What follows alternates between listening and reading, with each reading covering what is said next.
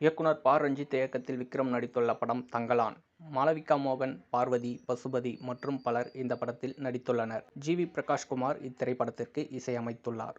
தங்கலான் படத்தின் படப்பிடிப்பு பணிகள் முடிந்து தற்பொழுது ரிலீஸுக்கு தயாராகியுள்ளது. இந்த நிலையில் தங்கலான் படத்தின் டிரெய்லர் அண்மையில் வெளியாகி மக்களிடையே நல்ல கவனம் பெற்றது. இந்த படம் தமிழ், தெலுங்கு, மலையாளம், கன்னடம் மற்றும் இந்தி ஆகிய மொழிகளில் ரிலீஸ் ஆக இருக்கிறது.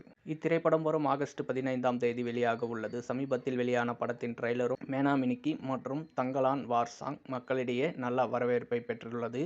தங்கலான் திரைப்படம் இன்னும் 3 நாட்கள் உள்ள நிலையில் படக்குழு இந்தியாவில் உள்ள பல்வேறு மாநிலங்களில் படத்தின் புரமோஷன் பணிகளில் ஈடுபட்டு வருகின்றனர்.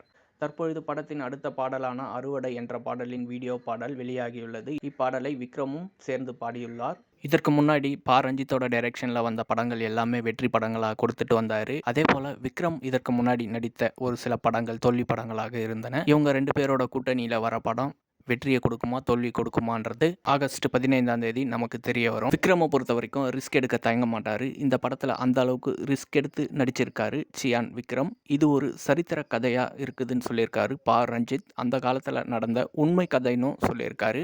தங்கலான் ஒரு தரமான படமா வெளியே வரணும். சியான் விக்ரமுக்கும் ஒரு கம்பேக் கிடைக்கணும். இந்த தங்கலான் திரைப்படத்தின் மூலமாக சுதந்திர தினத்தன்று ரிலீஸ் ஆகும் தங்கலான் வெற்றி பெற வாழ்த்துக்கள்.